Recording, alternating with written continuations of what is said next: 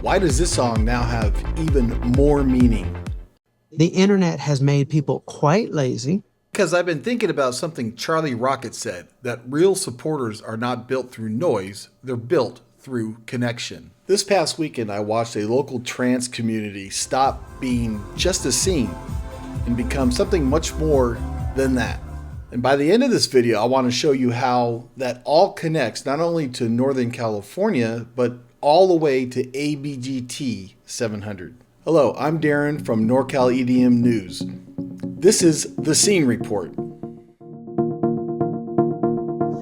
What artist or song that you play, whether it's just driving with Artemis or on the jets, and Artemis would say, "What the fuck, Dazed? What are you playing?"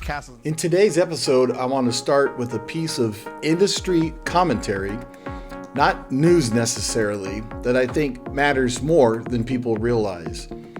Then I want to take you into one of the most meaningful moments I've seen in our local scene in a long time. And finally, I want to connect all of that, comes around full circle, to ABGT 700 and a video I think more people should see before heading to the Gorge, or for anyone heading to the Gorge this year. Now, this first segment, Industry Watch, is not really breaking news. It's more of an industry idea or commentary that I think is worth talking about.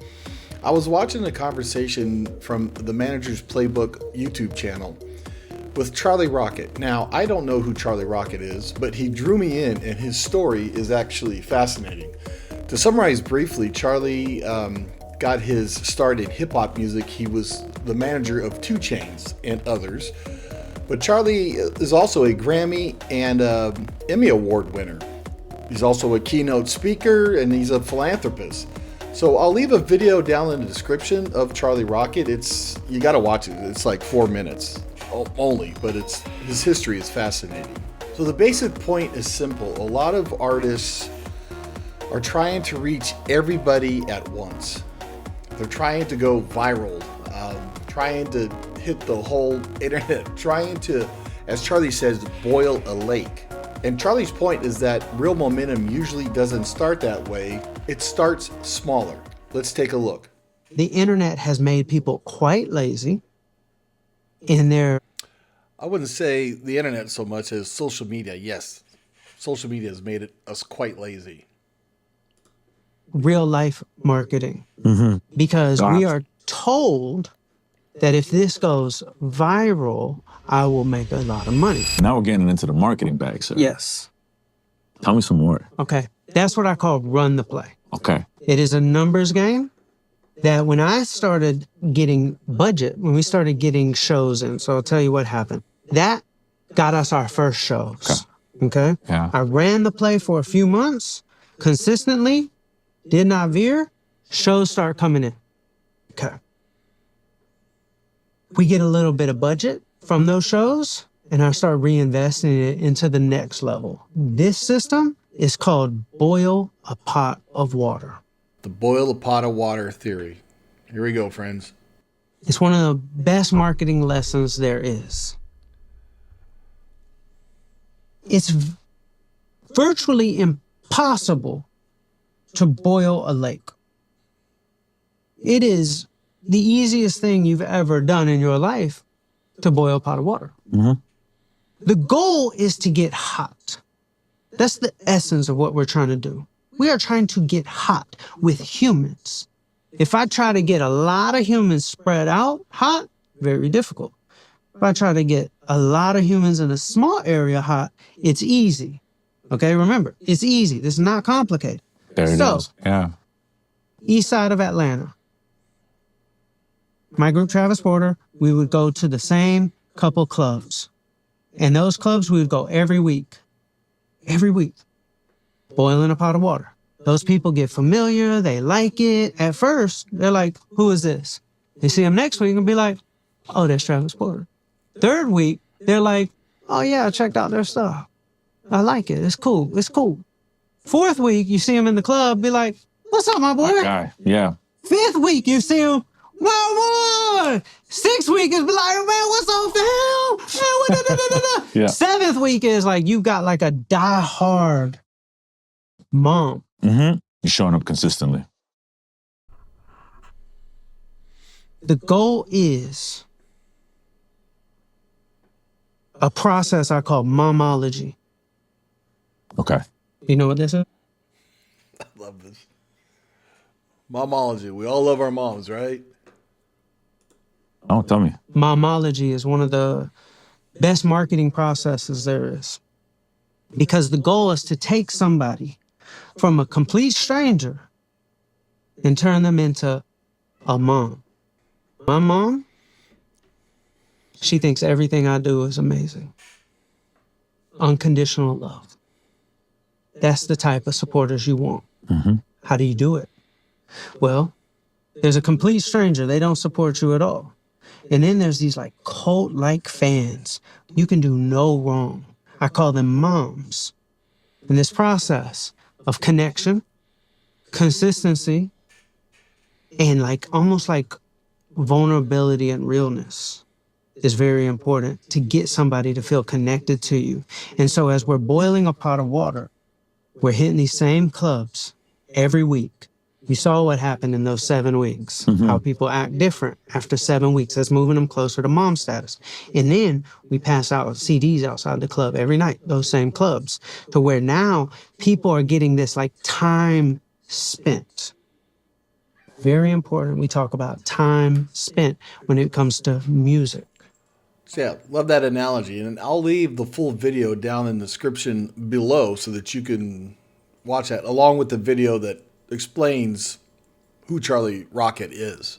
What I think is so good about this idea is that it explains something a lot of people in music still miss. Visibility is not the same as connection. Just because people saw your post doesn't mean that they care, doesn't mean they trust you, it doesn't mean they will show up for you when it counts. Charlie talks about moving those people from strangers to what he jokingly calls, the mom status or momology, right?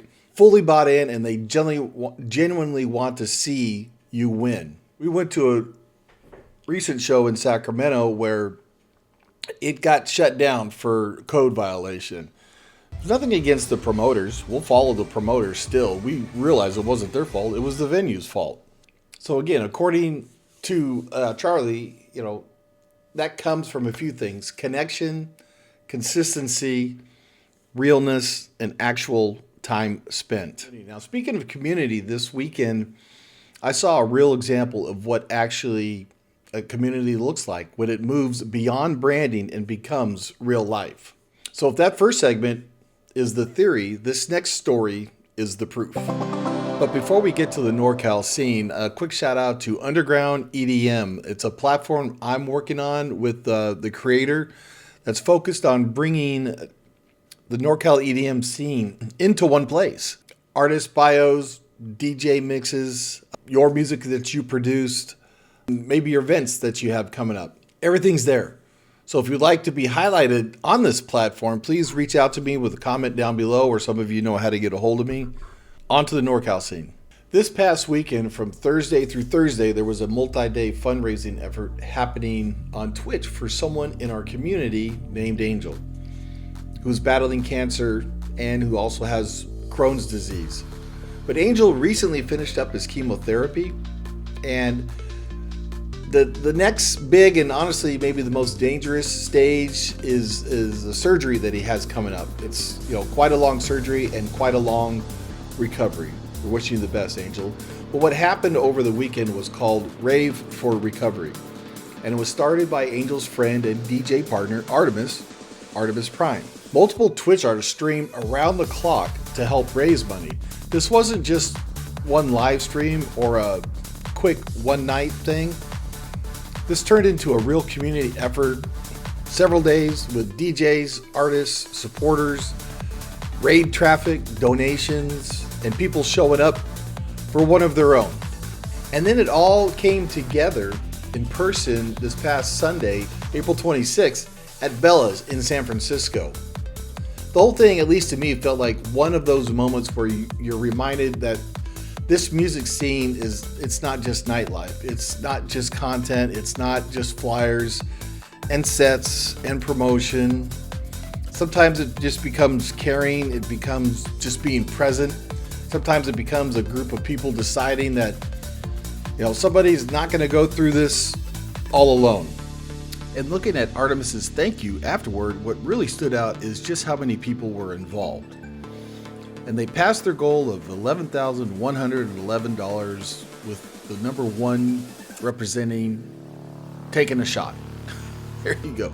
But for me, the best moment was when Angel and Artemis played the song Carry Me Home by Above and Beyond from the Bigger Than Life tour. Angel and Artemis, they have a deep connection with that song. I've seen Angel and Artemis play it twice when playing live, once at Summerland.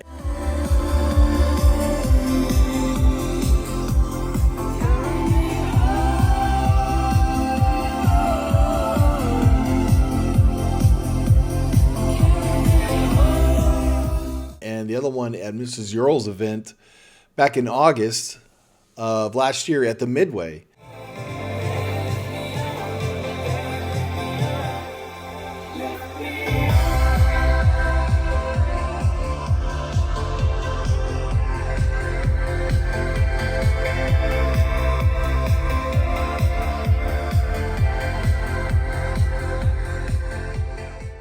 But on Sunday, when Angel and Artemis were behind the decks at Bella's, you see Artemis filming right there. He's getting a little teary-eyed. And then, I start getting teary-eyed. And I look over at Patty, my wife, she's getting teary-eyed. And Artemis's wife is getting teary-eyed. And even as I look back at some of the footage, Angel even, they just, that moment just caught them. It caught all of us.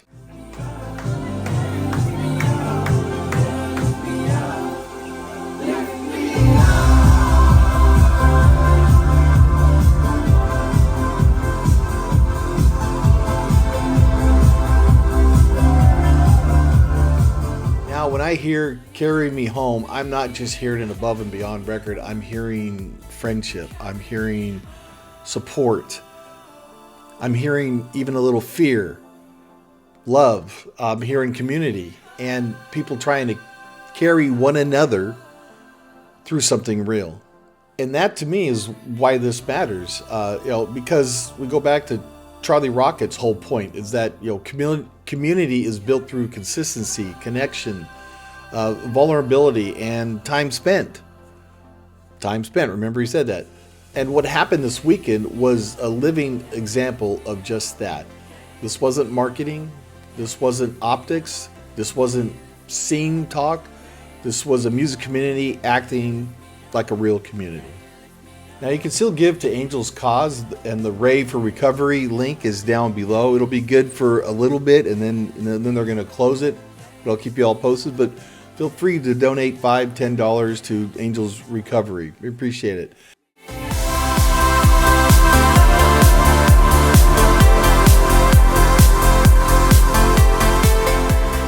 On my channel, I have a fun interview with Angel and Artemis, and we play a little DJ Newlywed game. So make sure to like and subscribe and check the video out. What Here's artist a sample. or song that you play, whether it's just driving with Artemis or on the jets, and Artemis would say, "What the fuck, Angel? What are you playing?" Castles in the Sky.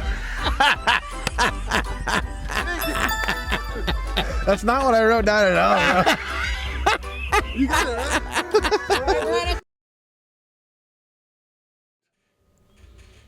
And that brings me to the last part of this video, because after this weekend, the song Carry Me Home now connects to something else for me as well. Connects to ABGT 700.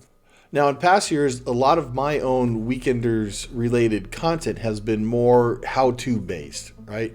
Practical stuff, navigation, what to know, what to expect, how to make your way through the experience. And I still think that content has value, but I want to point to something different here. A few years ago, my friend Diane, who is now my YouTube coach as well, actually pay her as a coach, came with us to the Above and Beyond Group Therapy Weekender in 2022. She documented the trip and later uploaded a video that now has nearly 6,000 views. And so for my Anjunafamily, there's a good chance with 6,000 views that you may have seen her video. or for anyone going to the Gorge Amphitheater for whatever event, the video will be a fun watch as well, outside of the Anjunafamily, right? But what I like about this is it's not, Diane doesn't do a how-to video. It's more like a documentary style festival vlog.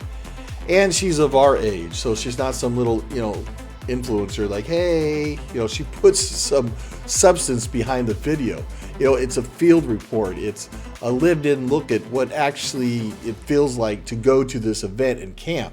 She captures the camping, the heat, the size of it, the whole production, the people, and the weird rhythm of trying to rest, charge your gear, function, and still take in the weekend. She even becomes fascinated with the lighting crew and ends up documenting the people behind the scenes, which was fun, and who make this whole production happen. That's what she focuses. She laser like a cat lady, she says. What it does is it gives people something that a checklist can't give you. So now, and after this weekend, I can hear Carry Me Home a little differently, because for me, that song is no longer only connected to Above and Beyond or the road to ABGT 700. And now it also connects to Angel, to Artemis, to this fundraiser, to what I saw the community do for one of its own. Because if you're going to ABGT 700 at the Gorge, or honestly for any event, the most important thing to understand is not just how the campground works, or what gate to enter, or what to pack. It's what kind of culture you're stepping into. And when it's at its best, it looks a lot like what I just watched this weekend in San Francisco. So that's what stood out to me this week. Not just a good piece of marketing advice, not just a fundraiser, not just a song, but a reminder that scenes are built slowly. And then every once in a while, they reveal what they're really made of. And after this weekend, I don't think I'll ever hear Carry Me Home the same way again.